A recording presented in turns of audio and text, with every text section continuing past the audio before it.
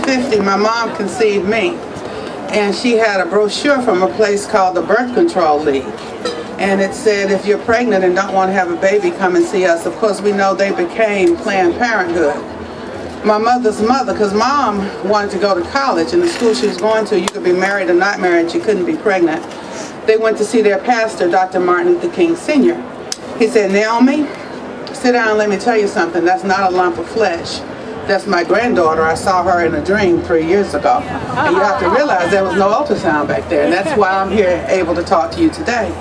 That became a family secret that my mother wanted to have an abortion, and she kept that secret until just a few years ago when she told it to Father Pavone and Janet Marana and then me. But over the next few years, it just wasn't talked about. I got married the year after my uncle Martin Luther King Jr. was assassinated, and so I was pregnant. I went to a man named Martin Luther King Sr. He never told me he saved me from abortion, but I said, you know what, Granddaddy, I'm going to have an abortion. He says, they're lying to you. That's not a lump of flesh. That's my great-grandchild. The baby's daddy was a medical student, and I said, I'm a liberated woman. A woman has a right to choose. I see some signs out there, keep abortion legal, all this stuff. I'm saying this stuff, and I'm hurting all along inside. And the doctor, the baby's daddy, medical student, he said, that baby has 46 chromosomes. 23 from you and 23 from me. I want mine back alive. Wow. And I heard him, so they both kept saying baby. The young men said, that's my seed. That's my promise. No. And so that baby was allowed to live. And the sad thing even about that, sisters, though, when I saw the ultrasound of that baby, he was younger than the 2 aborted babies and the one who had been miscarried because of the damage from the abortions. And so all of this pain was there, and all of this, but because of a Christian man, Martin Luther King Sr., who was on a rescue mission, because of a medical student, and then in 1983, I got born again. And I repented for my sins, including my part even in abortions that I really didn't try to get. I was coerced and manipulated. But the Lord healed me. I went to Rachel's Vineyard, and I joined Janet Moran and Georgette Forney, and I'm silent no more. So I'm here to tell you that the Lord will deliver. He will heal. And the best therapy after we get healed ourselves is to go out and do what we're doing. Tell the truth and shame the devil. So that's why I'm silent no more. And God bless you. Let your light so shine. And God just bless you. Hallelujah.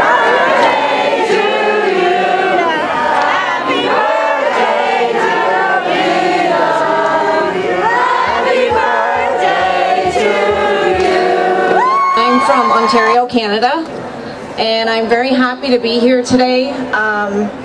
All the way here from Ontario, the evil one kept telling me that your story doesn't matter, you've told it over and over again. But after being here today, I've got to say that from all the affirmation and all of the thank yous I got from everybody, it just showed me that I am meant to be here.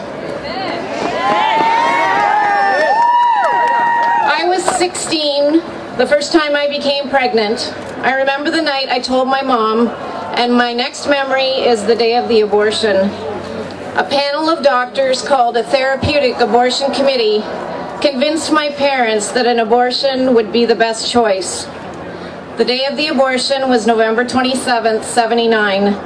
I remember lying on a stretcher in a hospital hall as a few nurses discussed my case within earshot.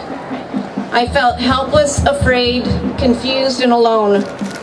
The abortion was performed under a general anesthetic, and when I came to, I was back in my room. Still in a fog, I could hear the nurse saying, "It's all over."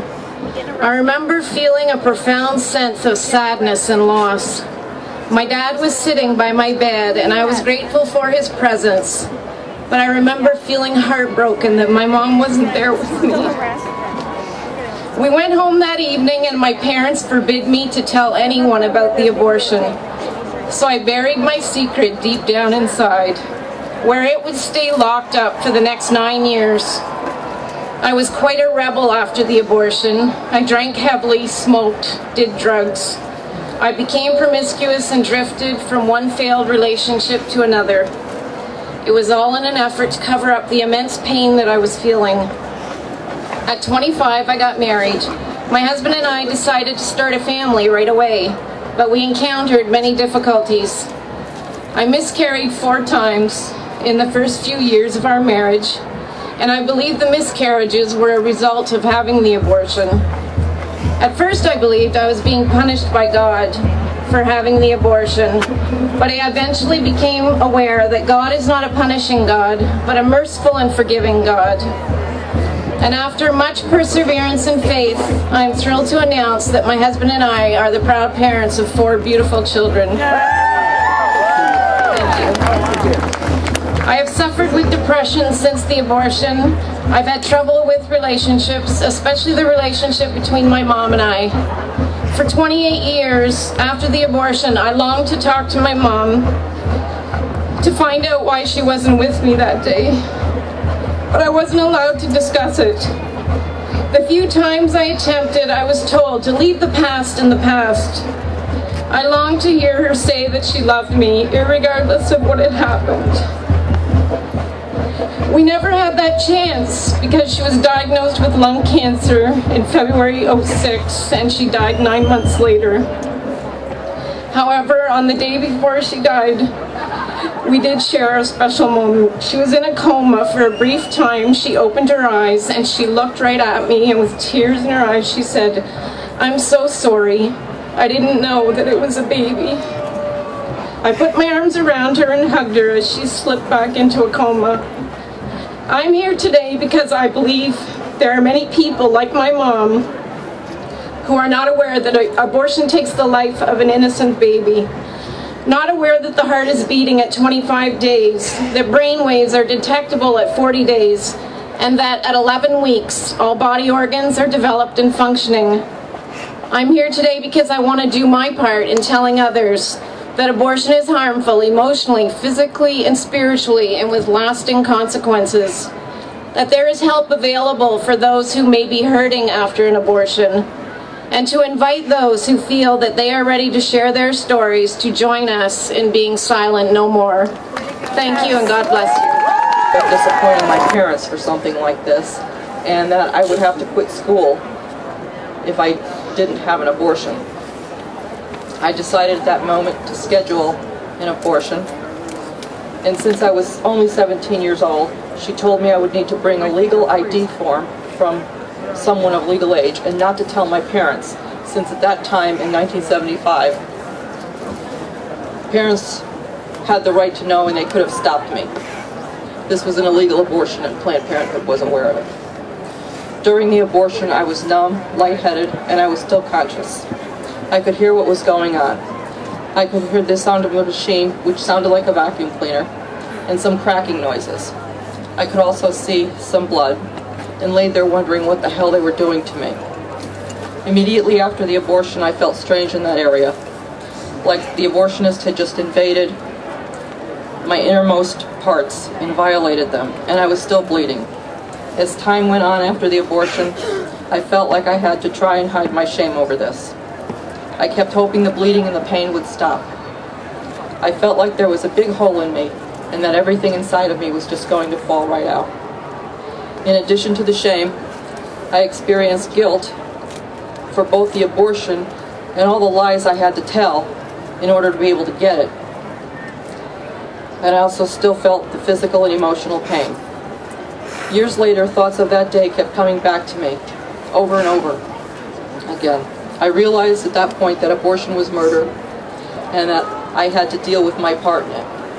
A friend of mine who had been through something similar had told me about a post-abortion recovery program at Rachel's Vineyard, which I found help, healing, and God's forgiveness through.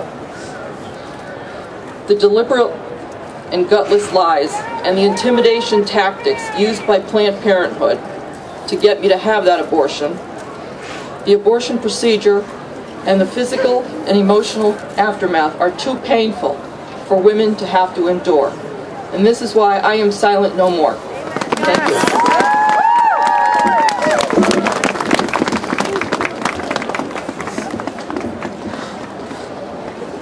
My name is Gwen Vicari, and I'm truly glad to be here today.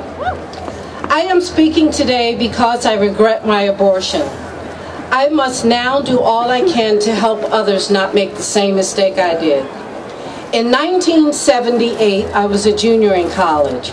I was working to pay my way through school and was shocked to find out that I was pregnant. The young man involved with the pregnancy did not have a financially sound job, and I did not believe I could emotionally and financially handle the responsibility of a child. At the time of my abortion, those performing it did not tell me about the risk or the consequences I would later suffer, such as depression, shame, guilt.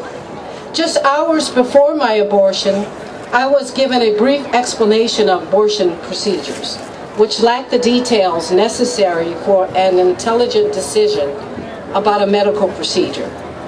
Because of my panic-stricken state, I consented to the abortion. At the time of the abortion, I was in a cold and a lonely room. I also vividly remember a severe pain in my abdomen due to the suction procedure. I felt as if I were a piece of meat. No one held my hand. No one told me that I was going to be okay. Once the procedure was completed, I was left in the room alone, only to notice that portions of the fetus was lying in the same room with me.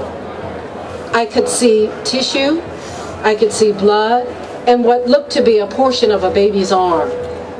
I was horribly frightened. I was afraid, and I knew that I had done something terrible. I just wanted to get out of there and go back to familiar surroundings of my dorm room. Once I returned to my room, I began to cry uncontrollably. I was devastated, horribly saddened at what I had just done.